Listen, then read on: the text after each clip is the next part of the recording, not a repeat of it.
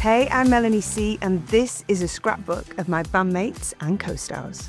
I'm excited, obviously a little nervous, but let's see what's in here. Okay, so we are going way back. I have here a flyer. I was handed a flyer just like this, which says, "Are you 18 to 23 with the ability to sing, stroke dance? Are you streetwise, outgoing, ambitious, and dedicated?" So basically, this is an advert for a girl band. And I turn to my friend. Whenever I tell this story, I see it vividly, this picture. And I went, that's it. That's what I'm going to do. And this band went on to become the Spice Girls. There was many twists and turns, but we got there in the end. Because based on how you looked and how you danced, you'd be called back to sing. And I got back to sing. And then I was offered a recall to come back again. But then when the recall was, I was actually really ill. I had tonsillitis and I couldn't speak, let alone sing. So I wasn't able to attend and I was devastated. I had my mum speak to the management, beg to give me a chance, but that was it. But 2 weeks later, I got a phone call and one of the girls they'd chosen hadn't really worked out. So I went down and I met Victoria, Melby, Jerry and Michelle. Who's Michelle, you ask? Well, that was a band at the time. I became part of that band. And then things with Michelle didn't really work out. We were introduced to a girl called Emma. And as soon as we met Emma, that was it. That was really the beginning of the Spice Girls. So this picture here, look at the state of me. We were quite newly together at this point and we were trying to figure out how we wanted to dress. And so we went through all of these phases and I think I've actually got Emma's dress on because Emma was always in a little baby doll dress. And I was so awkward and so uncomfortable. And the first management that had auditioned us really wanted us to be, uniformed, have a cohesive look. And that always meant somebody was uncomfortable. If I was in a dress, I wasn't feeling it. If Victoria was in a trackie, she was like, I feel like I'm in my scruff. Do Americans know what that means? In my scruff, kind of in my sweats, just not dressed up enough. So there was always someone that didn't feel quite right. And we were rehearsing. And one day Jerry looked in the mirror and I had a trackie on and she had one of her crazy outfits on and Victoria had a nice little dress on. And she was like, why don't we just wear what we wear, how we feel comfortable? And that's really how the individuality thing shone through.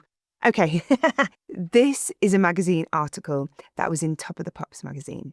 Top of the Pops was an iconic British music show. It's the show that we all grew up watching, longing to be on it. You're watching the Spice Girls on Shop at Now, the editor of this, a guy called Peter Lorraine, said to us at a lunch, you girls, you need nicknames. So we came up with all these crazy nicknames through lunch, but he came up with these names. Well, you know the names, right? But it was just a silly article. It's just these little pots of spice with our nicknames Scurry, Baby, Posh, Ginger, Sporty. So it was just a throwaway thing. We laughed at it. But then when we came here to the US, everybody kept calling us by these nicknames and it just kind of stuck. And we loved it. And so we just really embraced it. We became caricatures of ourselves. Okay. I love this here. Spice Girls taking on the Britpop boys. It's funny because when we started, a lot of people within the industry were telling us that girl bands don't really sell, not as much as the boy bands. We couldn't get on the front cover of a magazine because we weren't boys. And that was what gave us that fighting spirit that we wanted to talk about girl power and we wanted to be a band for girls. We were grateful that we'd had these obstacles that we had to overcome and it made us just very determined to succeed. Onto the videos. I'll tell you what I want, what I really, really want. Yeah, I want it. This first shot here, these very famous stairs. This is a hotel at St Pancras Station. It's amazing. And you can also get up on these stairs. Lots of people I've seen on social media get up and do the Wannabe dance here. If you want to be my lover, you have got to give. Taking is too easy, but that's the way it is. I think with it being our first video, our record label were probably being, careful, should we say, with the budget. So we had this great video. It was supposed to be a one take. There is one edit, but that was the idea behind it. We rehearsed all day long and then we shot through the night. And yes, I had to do 5 million backflips on a table, which was fun. Wannabe was the thing that launched us into the world and was very successful.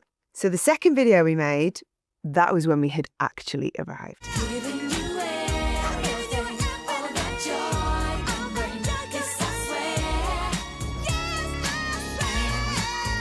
Say You'll Be There was a big budget, beautiful video. We shot it in the Mojave Desert. Yeah, that is such an iconic video. I mean, they're both so iconic. There were people that didn't want us to release Wannabe as their first single, but we were adamant. And thankfully, we stuck to our guns and we got our way. And I think the song and the video kind of go hand in hand. The chaos of the Spice Girls is so beautifully represented in that. And then, of course, we get a little bit slicker when we get to Say You'll Be There. Let's turn over. So here we are. This is the Spice Girls logo, which hasn't changed. And this was the artwork for our first album. Gosh, I remember the shoot actually. The pictures of us in the back was in a shoot in Japan. I remember that was Mel B's top that I borrowed. In fact, do you know what? I knew this and it's never occurred to me. So I'm in the eye, right? Sporty Spice is in the eye, and I've got on a lime green vest. I think it's from Topshop. But if we just go back a page, in the Wannabe video, Mel B has a lime green vest on. It's the same one. I actually borrowed Mel B's vest that day. How funny is that? That's a good little Easter egg, isn't it? That's a good pub quiz question. I remember that shoot so well. I think I'd even done my own hair that day. It was early days. I hadn't done my own hair on the Say You'll Be There shoot. This is Katrina High Kick. To be Sporty Spice, for me, it was cool. You know, it felt very comfortable. It felt very authentic. So I was always throwing the punches, doing the high kicks. In fact, for Say You'll Be There, we had some like kickboxing training and I loved it. Okay, what's next?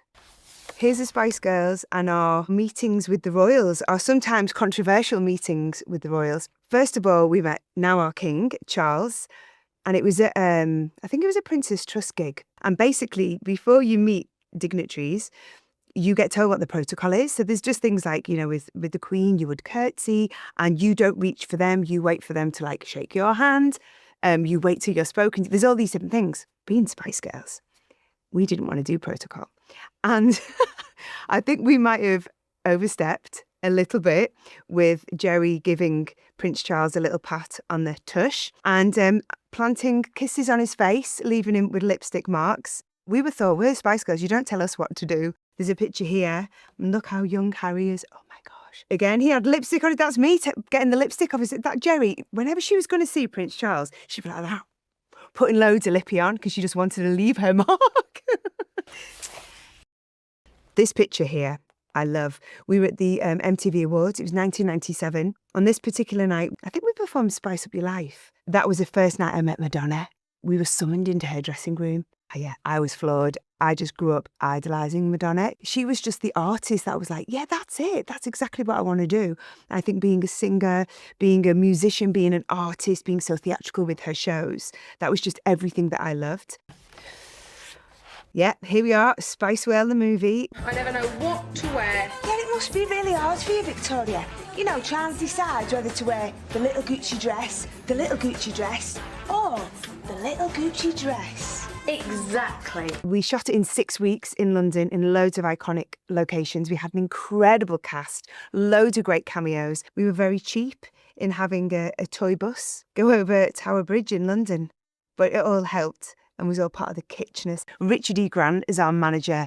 What an incredible man. We absolutely adored him. We'd never been in a film before, so we didn't know what we were doing. And he was so kind to us. I mean, he used to make us laugh all the time. He'd make us laugh just before somebody shot action. So yeah, he was naughty, but he was really fun and taught us so much. Meatloaf, our amazing bus driver. He was an amazing man, but a bad bus driver. Let's turn over the page. After working with the Spice Girls and learning the craft of writing songs, recording, performing live, like everything I learned with the Spice Girls, it was pretty daunting going out as a solo artist, but it was also really liberating. There's me on stage, you know, trying out some new looks, the short hair, There's a little bit of an evolution, a little bit of soul searching. Who am I when I'm not Sporty Spice in the Spice Girls? So that the whole world was able to witness that. I was on the soundtrack for Bend It Like Beckham. I have my dream to live, following that star. Which was really cool to have a Spice Girl doing that, obviously, because he's part of the family, Mr. David Beckham. That was really fun. This is a really important record. So there's some lovely pictures here with Lisa Left Eye Lopez from TLC. And I was lucky enough to collaborate with her on one of my songs, Never Be the Same Again. So things will never be the same between you and I. We intertwined our life forces and now we're unified. Lisa was so wonderful. She was so talented. And we had a lot of fun working on this record. And being a Spice Girl and having looked up to TLC, and they really influenced us when we started our career, this was just mind-blowing. We're getting a bit more up to date now here. This is me with lovely Graham Norton, and we are on Drag Race. I am very proud to be an ally to the LGBTQ plus community, something that the Spice Girls are very, very proud of. We started off shouting about girl power, and then we quite quickly realised that there was a whole other community that were massive fans of the Spice Girls, and we are just so proud of that. We always wanted to talk about individuality and belonging, and just being who you are. And, I continue to DJ at so many queer nights and play at festivals and prides all over the world. And it's such a beautiful part of my work. I absolutely love it. I've recently become a coach on The Voice in Australia. I just cannot let her go. I'm going to get my wrists slapped. I don't care. I want to fight for Gemma. I want her to remain on Team Melanie. We've come so far. We've got so much further to go. Wow, oh my gosh. I like being on stage. I like singing. I like DJing. And TV makes me nervous. But this show is so beautiful because it's such a wonderful experience. I think the people who audition on the show have. And I'd never seen that in like a reality TV space before. So I'm really happy to be part of this particular show. I'll make you. I shot the music video for Sweat when I was working on The Voice in Australia. And it was such a great environment for me because fitness there is, I was living on Bondi Beach and like everybody's super fit. Sweat is an anthem for motivation, working out, having fun. And this is probably the most courageous video I've made. I'm 51 years old now, and I don't think I would have made a video like this in my 20s. Definitely not. In my 30s, probably not. In my 40s, maybe not. But in my 50s, I'm like, yeah, I don't care anymore. I work hard. This is how I look. Well, this last picture actually makes me feel a little bit emotional. Of all the pictures, isn't that funny? In 2019, 4 of us went out and did stadium shows in the UK, and it was the most beautiful experience as a Spice Girl. And I think because so much time has passed that we were all very present and really could appreciate what this thing meant to so many people. It was such a joyous experience. And we saw not only Spice Girls fans from the 90s, who are probably in their 30s now, but we saw a new generation of Spice Girls fans. And we were just able to take it in for the first time and enjoy every minute. And and I feel emotional because I'd love to do it again. Oh my gosh, I just talked for a really long time.